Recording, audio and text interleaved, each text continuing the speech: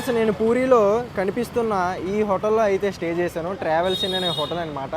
Hotel లోపల అయితే ఇదిగోండి, ఇదే రిసెప్షన్. కనిపిస్తున్నాడు కదా, అతనే రిసెప్షనిస్ట్. ఇది హోటల్ లోపల సైడ్. ఇదంతా హోటల్. ఈ హోటల్లో వీళ్ళు వాషింగ్ మిషన్స్ కూడా మనకి ప్రొవైడ్ చేస్తారు. మనకి బట్టలు ఉతుక్కోవడానికి అయితే వాషింగ్ మిషన్లు ఉన్నాయి. చాలా బాగుంది ఇక్కడైతే. ఇక్కడ మనం ఉతుక్కొని ఆ బయట ఆరేసుకోవచ్చు.